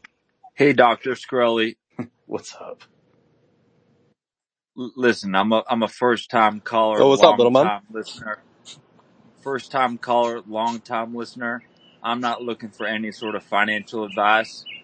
I'm a big crypto guy. I live on Cape Cod. Yo, I hello. drive a 6.2 diesel. I'm wondering if you can help me out with any stock tips, if you don't mind. I kind of created this thing to find some haters and talk some shit. I don't look at the market. as much as I used to.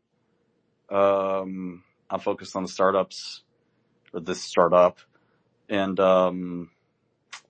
yeah, I don't know if I can help you right now, but if I get a couple good stock picks, I'm sure I'll post them. I have a couple of ones in pharma that I like. I think Viking Therapeutics, as much as like I was one of their first investors actually, but as much as it's kind of a bullshit company, like they have a good GLP-1, and GLP-1s are just like the dumbest thing ever, but they've revived pharma. They've like breathed new life into this dead industry. Lilly is worth almost $1 trillion. There has never, ever been a drug company worth even close to $1 trillion. And Lilly's doing it. Novo Nordisk is doing it because GLP-1, everyone wants to be on GLP-1s. Ozempic, for anybody that doesn't know what a GLP-1 is. I remember when the first GLP-1 was invented. It came from the spit of the Gila monster, a lizard-like animal. And it was an okay drug, and then they just kind of kept tweaking it to make it this like unbelievable weight loss drug. And then Amgen also has another one that's coming. Amgen's probably a good long, honestly. So Viking is like, their whole company is based on their GLP-1. They're the only small company kind of with the GLP-1.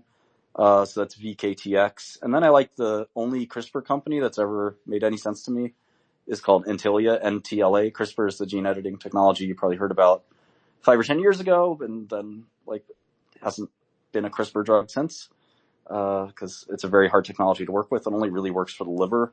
So Intilia had the bright idea of targeting liver diseases, and they've cured 2 big genetic liver diseases, and nobody seems to care.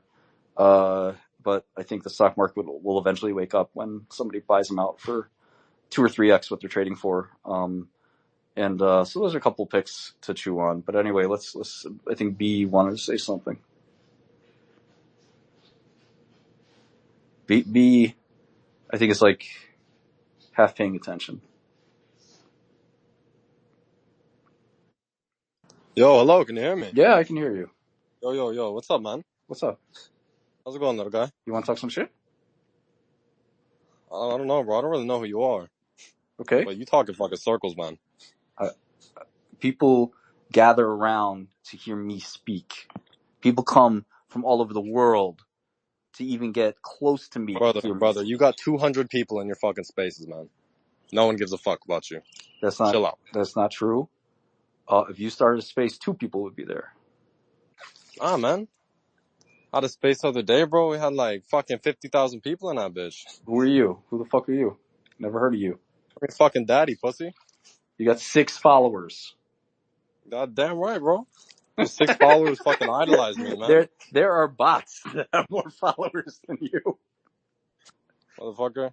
There are bro. cats that have thousands of more followers than you. Get the fuck off my space, piece of shit. Yeah. Get the fuck out of here.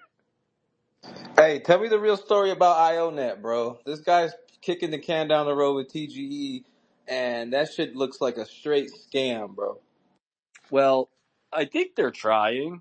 Like, I do actually think they're trying to be a real company, which is cool. You know, that's a good thing. The problem here is that, somebody was saying this earlier, is that crypto is kind of bullshit. In that a lot of the crypto industry is basically bullshit. That there's no core that there's no core use case that's really that great. Now, stablecoins are a very serious use case, which are really wonderful. Bitcoin, arguably, is quite a good use case. But after that, you're really looking at slim pickings, right? Of like, who needs any of this? So take IONET, for example. These guys basically want to be Lambda. For Bolts, actually would know this. I don't know if you're a client of Lambda, but I'm sure you're a client of somebody like Lambda. I know Lambda. Yeah, CoreWeave or whatever. So these guys want to be CoreWeave with a token attached. And it's like, okay, well, look, the CoreWeave, Lambda, and then 86 other companies that want to be like them, they're basically these companies that buy GPUs, they plug them in, and they rent them to guys like me and Bolts. Bolts probably has more than I do, but I pay Lambda a bunch of money every year, like a big chunk of our budget. And I'm sure Bolts does something similar for some other company. And like, it's a low margin business because we could also buy GPUs and plug them in our office. But we'd rather not do that because, you know, maybe we don't need them forever. Maybe we just want to do one training thing. Maybe we just don't know how much we're going to need, so we'd rather not buy them because they're really expensive. Let's just rent them. It's a business. They make a little bit of money marking up kind of versus what it would take for you to buy them yourselves. But does it sound like a high margin business to you? It's not. It's a really low margin business because anybody can do it. You can start with we're a client of this really tiny one. It's like they barely have a website. They literally have 6 boxes and we rent 2 of them. So the money we give them they use to rent more boxes eventually. So they're just slowly growing. So it's a small kind of shitty industry. CoreWeave's made it work kind of. Lambda's obviously made it work as well. But it's not ever going to be this massive industry, I don't think. Massive's all relative, obviously. Because it's kind of low margin and difficult. So IONET is a brand new player in this industry. Nobody knows who they are. They have no brand name. Nobody knows how many machines they have, etc. We actually they called us. They said, do you want an 8X or 4X A100? I said, our business is with Lambda. If you could beat their price, I'll take a box. And he said, sure, we'll beat their price. And he gave me a box at a price that is almost certainly uneconomical. He actually never charged me for the box. He never invoiced us. And most of these GPU companies, their margins are so low, they're invoicing you stat. Not just invoicing you, they want your credit card on file. And if you're late by a day, they're freaking out because the box costs a lot and they're not making much of a markup. It's not like a SaaS company where it's bro, if you pay or not, it doesn't matter. It doesn't cost us anything. They got to buy those boxes. It's real money. So IONET is, kind of this scam. They're trying to take advantage of this DPIN phenomenon. DPIN, for those of you who are blessed to not know it, I'm sorry for anyone who does, is decentralized, physical assets, physical infrastructures. And DPIN means that, you could take these physical assets, like GPUs, and you can kind of distribute them. And by sharing them, you actually unlock some economies that wouldn't exist if they were held elsewhere. Now, that's actually kind of brilliant because as Boltz knows, and in fact, he can actually be the one legit guy here who can fact check this. A lot of GPUs out there are dark because, let's say you're in between a training run. You try to train a model, something's off with loss function or something like that, and you say, oh, I need to experiment. The problem is your cluster is now dark until you finish your experiment. Fair to say, Boltz? Yeah, it's true. The problem is, if you want to so for example, if you have 2,000 chips, people are going to want to buy them for weeks, and they need they need to build their stack around it, right? Because not every source of chips is made the same, right? You have different types of connection failures and node failures. And you also get different MFU, and yeah, algorithms will be more or less stable on different clusters. So you can't just interchange these things very easily. Well, I bet you that the fucking IONET devices don't get good MFU. They're not in the same places. Node failures. Yeah, they're not even in the same places. Right. How many chips can you get in a node from them? You can get maybe 100. 100? I can get 100 for 2 weeks, with 100% uptime. Yes. And they're they're interconnected? Yes. Okay. I mean, you can do something with that. I know. So they're kind of their business model is a little odd. The idea is that they want to connect everyone's GPUs to this network and then they actually use Ray, which is really impressive. But you can do a Kubernetes thing too. But you were going to say something. I love Ray, so I don't know if you. Yeah, we use Ray. Yeah. So I was when I saw that they were Ray native, I was like, most people are not. This is actually fairly sophisticated. And I was like, all right, we'll see. I had a call with the CEO and he seemed like he was high, the whole time. It was very kind of bizarre. But I was like, okay, whatever. He's this Middle Eastern guy. And so when we hung up with the call, I looked at our CTO and we're like, yeah, Arab money, I guess. And, we were like, fuck it. If they want to Saudi Arabia wants to subsidize some cheap chips for us. I'm cool with that. So we're like, okay, another GPU player, whatever. And all of a sudden they want to launch a crypto token. I'm like, okay, what's the story here? The problem I have with these guys is not that like it's a bad idea or this or that. There are a lot of other problems with their business. But the central problem I have is that they want to launch this token at a $2 billion valuation, which is the problem. Like a new company, any company, pharma, software, etc., brand new company, generally, Uber started at 5 million valuation, which is kind of low to be honest. My first drug company was, again, just a paper and scrawlings on a paper napkin, was 20 million. And some people even criticize me that it was too much. I mean, if you're Elon, maybe it's something else, but like that's the right about a range, like 5 to 20. Maybe again, if you have a really well-known team that's, done it many times, you could go to 50, but you're not really doing a lot more than that. This guy is like a year into this business. He has no revenue or anything. And he's trying to sell a token, which is crypto and it's kind of scammy, for $2 billion. It's like really the polar opposite of what you should be doing. If you want to like get legitimacy in crypto, you can start at what price the market will bear and just grind your way up. Like, I mean, Ethereum at one point was a penny and they created, kind of some useful tools and people liked it. And, now it's worth 400 billion. Whether it's worth it or not, I don't know, but it to me is very scummy to sort of say, no, we're worth 2 billion off the bat. And the problem is he doesn't own a single chip, right? So when Lambda buys and CoreWeave buys chips, they physically have title to them. They own them. This guy doesn't own any of these chips. He's renting you chips through like a marketplace, basically. And theoretically, he's taking a fee from that. So this kind of makes it harder because the person that owns the chip is going to extract the economics. They put up the capital, right? Unless he can find you a client better than you can find one yourself. And there are free GPU marketplaces out there. There's that weird Craigslist GPU marketplace. But like it's people want these things. So the funniest part about this, and I think Boltz will get a chuckle out of this, is they say at least they have around 1,000 H100s, but they're again fragmented across a bunch of different sort of quote unquote providers, some as small as like 6 or 8. But when you add them all up, they're about 1,000, and they're again probably over 20 different providers in different places with different speeds, with different locations. But their utilization at the moment of their whole like all that hardware is about 2 or 3%. Like nobody's using it. Can you believe that? That's hurtful. Yes. So basically, what they're trying to do is exit scam with this crypto, where they can sell all the crypto.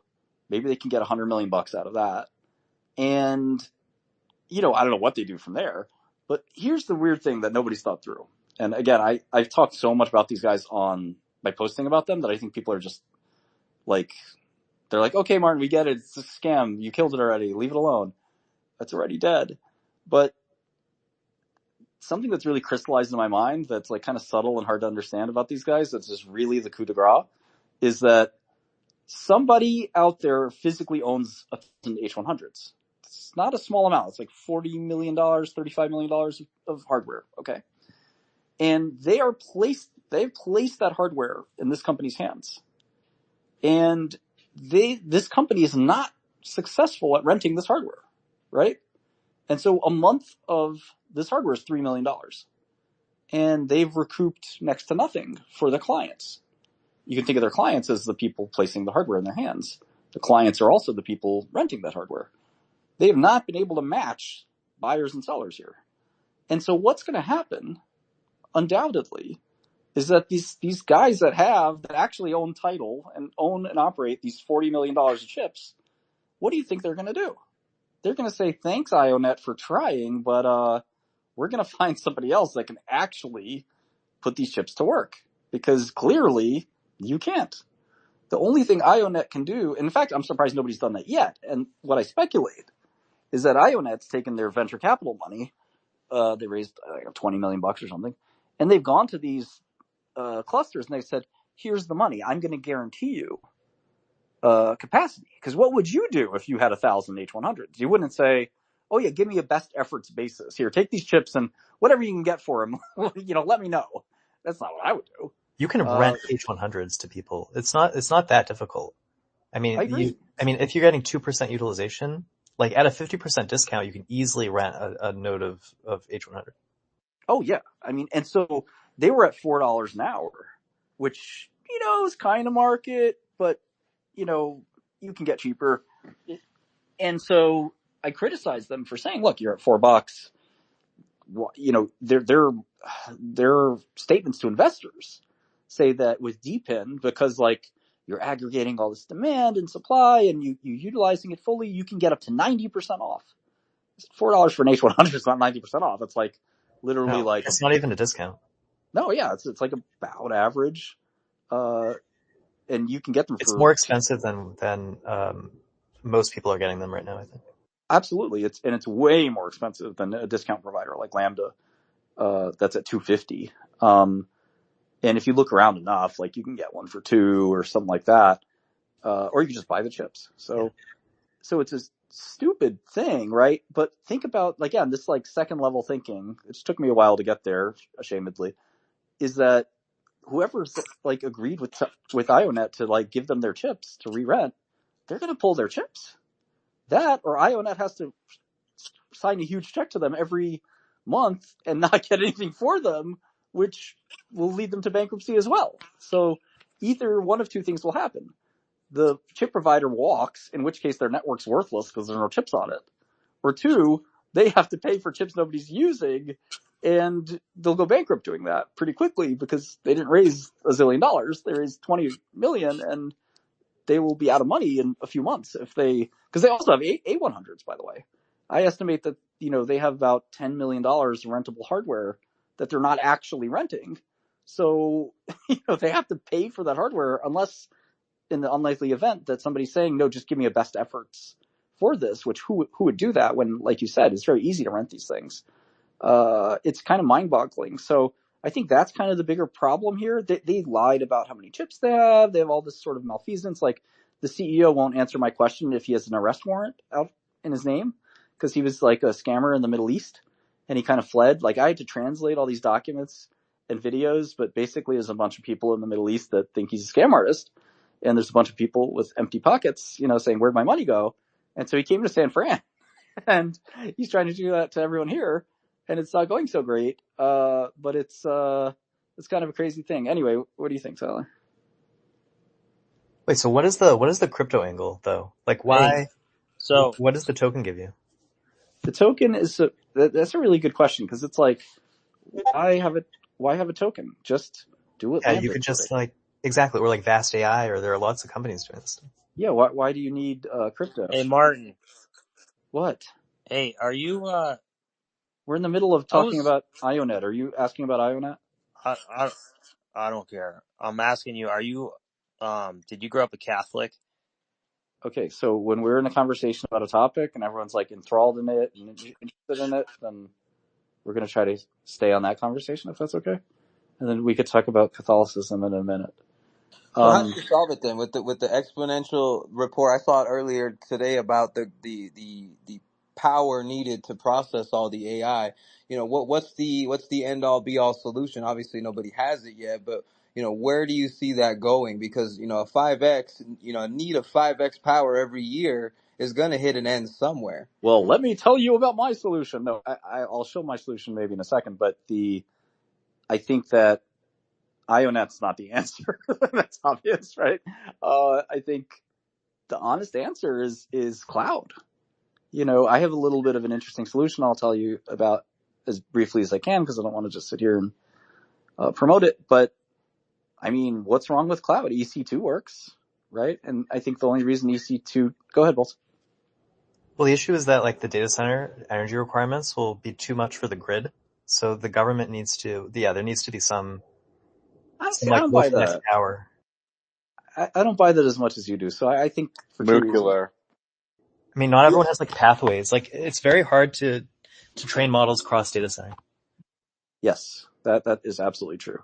But I think that what's going to end up happening is, one, the chips get faster, right? The techniques to make them get a little bit better. And then two, I mean, the software is really improving, man. Like I don't know how, if you see it on your side, but like on our side, like, I mean, the SSM, just that this small SSM company did the other day, like you can do the same training or inference with better software and lower your costs. Oh, I don't believe in SSM.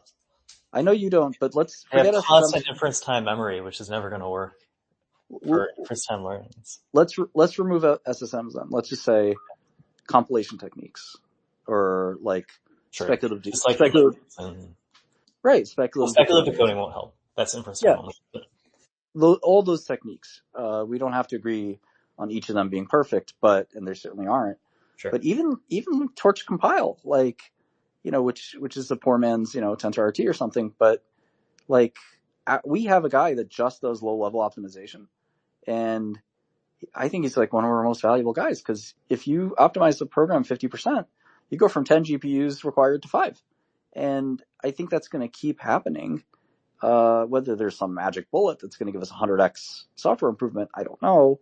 But I think that quantization, I mean, there's lots of things you could do to lower your requirements, and then the chips get better. So I think this idea of like, oh, we're going to need like to completely re-architect the electrical grid because AI is going to suck all the energy out of the world, I just don't buy it.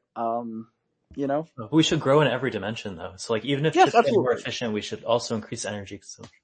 Oh no, absolutely. But it's like, there's plenty of data centers, and those are getting more valuable. And like, if you look at the price of CoreWeave, it's obviously going up in a way because, yes, there's some scarcity value.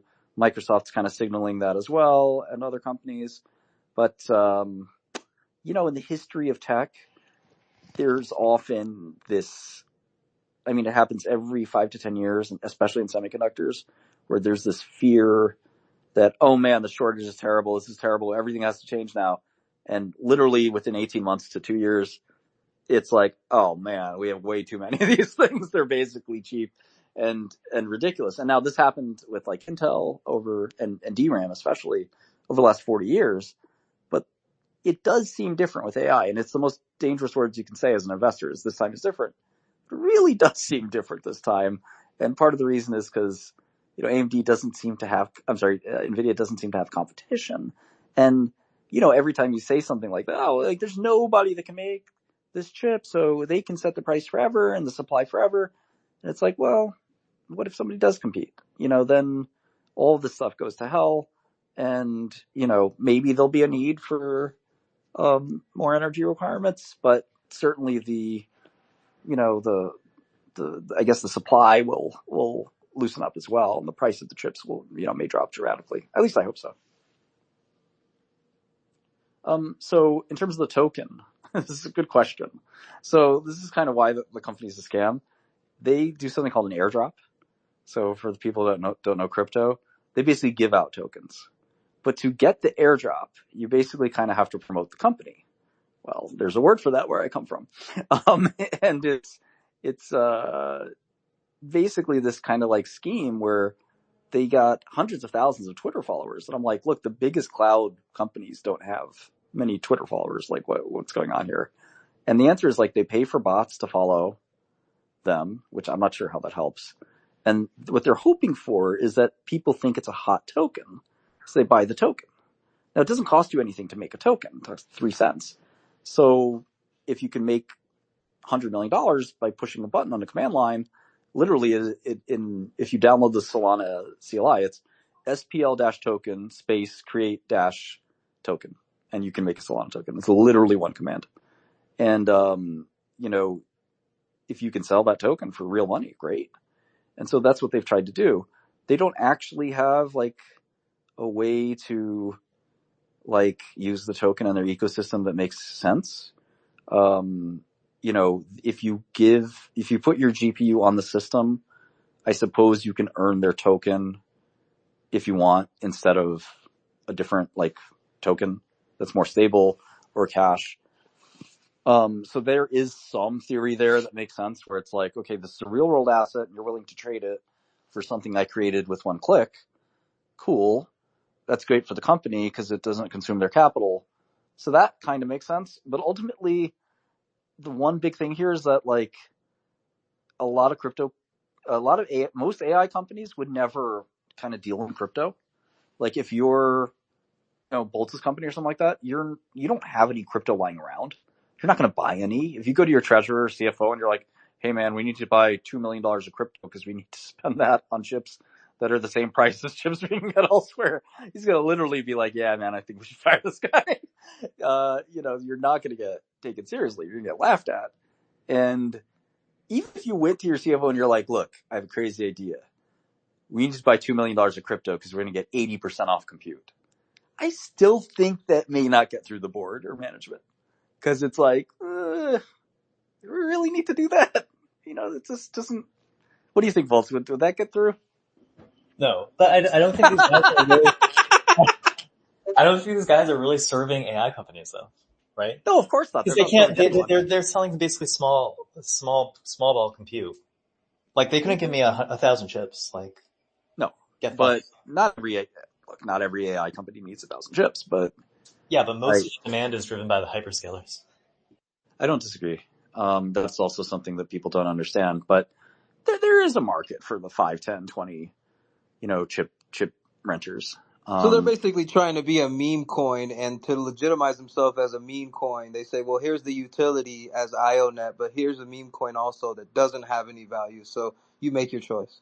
Well, when you say meme coin, typically there's a meme that's funny or trying to be viral. I don't think that's their angle. So in a sense, to make money off of it like a meme coin would. Not an actual. Yes. No, they're trying to promote and pump something useless. But I think that, you need to have either supply. I think, Boltz is making a point that I've literally never raised, because, while I think he's right, it's a good point. Like, I just never raised this idea that like, actually most people need tons more compute than that. I don't think you can get up to 1,000 anywhere on their system. Like you can get, 50, 30, 100, but they don't have thousands. Like they have 1,000 H100s total across like 20 systems. So I also want like guarantees. Like if I purchase 1,000 chips, I want like SLOs. Like, I'm not going to let them like rug pull me like halfway through the training run that my company is betting its life on. That's the other problem is there's no SLA here. And sorry. Yeah. I mean, so if you provide a chip, and so this is like Salad. I don't know if you've ever followed these guys, but Salad, Vast, like all of these guys have this other problem where it's like, okay, you want to rent me somebody's 4090? Like literally what happens when dude turns his computer off? What am I supposed to do? And that's sort of the same problem here where it's like, yeah, can somebody post their H100 or A100 on this system and I can rent it? Cool. But like, what happens if they decide to try to rent it to somebody else too? What's to stop them? What's to stop them from, trying to use it while they're renting it to me? I've actually seen that happen.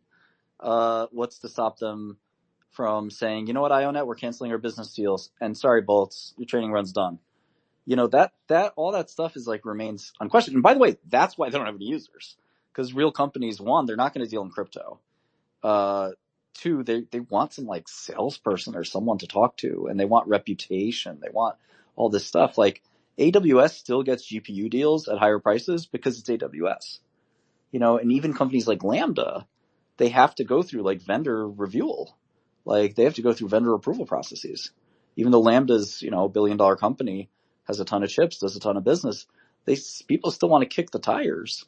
And there are no tires to kick for IONET. I kicked the tires. I found out the guy's being called a scam artist by his former colleagues in the Middle East. So, it's, and again, none of that would matter to me if they said, you know what, we're going to start the token at 20 million, 50 million, 100 million, 2 billion. It's a slap in the face. It's just like, you don't even own the chips. How can the network be more than? How can it be worth more than the chips? Yeah, it's insane. Like Lambda owns 100,000 H100s, and Lambda's not worth 2 billion. So IONET wants to be worth $2 billion for renting you somebody else's chips and taking a small fee. Theoretically, it's crypto is just an insane place. So I did launch something that's in early stages, but it uses something called WebGPU, which is a very unique system.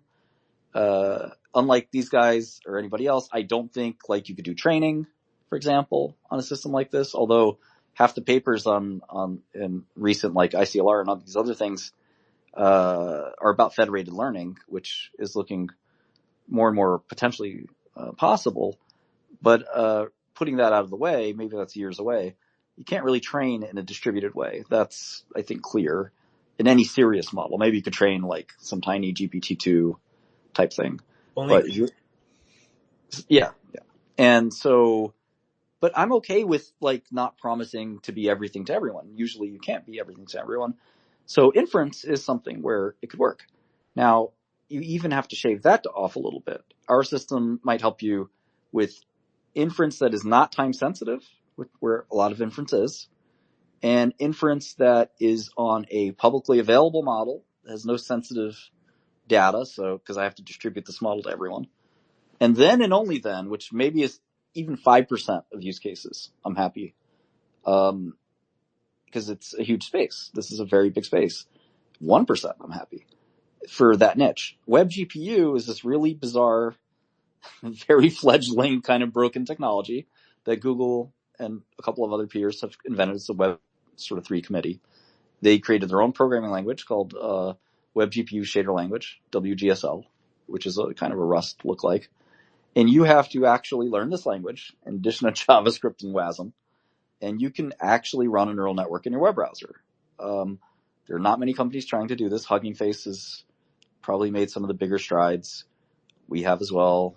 And getting a neural network into your web browser and running in your web browser is like, I don't know. To me, it's like landing the Falcon jet, landing a rocket. It's quite hard. And I think that, again, it's also not perfect. So you have to translate models from Python to JavaScript and WGSL and make sure like every forward pass is like being done exactly correctly and all the types match and all this stuff. And all the opcodes of what's happening on an NVIDIA are happening in this WebGSL virtualized kind of environment because the browser is kind of sequestered from the chip to some extent. It has first-class access to the chip, but it's got first-class access kind of through a different protocol. It's not doing it through CUDA. So it is a hell of a thing. But we have a product, if you can call it that. It's more of a prototype. The rest of the product's good. The rest of the product does great image generation on our server through traditional inference. But if you click the Swarm provider, what's interesting is that'll actually do image gen, full neural network, stable diffusion image gen on a web browser, which to me is a miracle. It is not as good as the other models because you really do have to translate every instruction perfectly. And there's just something we don't have exactly right there. And we'll try to get it better. It's still, if you type cat, it'll make a cat. It's not terrible, but like it does not as good as the very best, state of the art models right now. And so it's a lot of fun that it actually works. Like you can rent your GPU to this cluster and serve images for others and they come out. Like, I think that's amazing. I don't know if, Boltz thinks it's as big of a technical achievement as I do, but it's somewhat amazing to me that we created a distributed GPU system that'll actually run a full neural network inference on somebody else's machine and pass you the result on a web browser. I mean, it's amazing. The JavaScript thing is fucked up, but wait, have you considered going through like an intermediate representation like Onyx or something? You just write converters?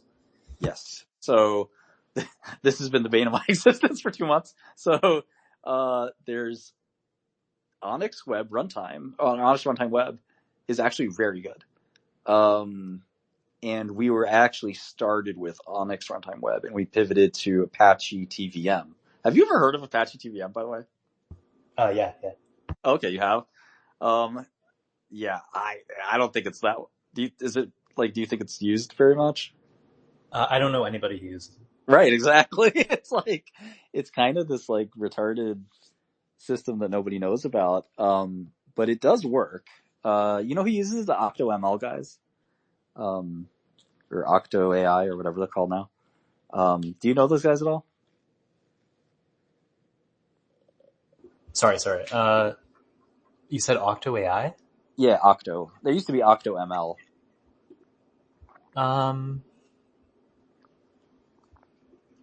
Is this the company that was doing inference optimizations? Yes. They used to have a different name. Yes. Who did they spin out of? CMU, I thought. Or yeah, I knew somebody there. I don't know very much about what they do though. And also the person who I knew there was sort of a grifty. So. I don't think they're doing so great. But regardless, they use it. So we used it. I think we may go back to Onyx runtime. But even if you do the Onyx runtime, so what you end up having to do, of course, is that's just loading the weights. So you still have to run the operations, right? And a lot gets lost in translation when you move from Python to JS.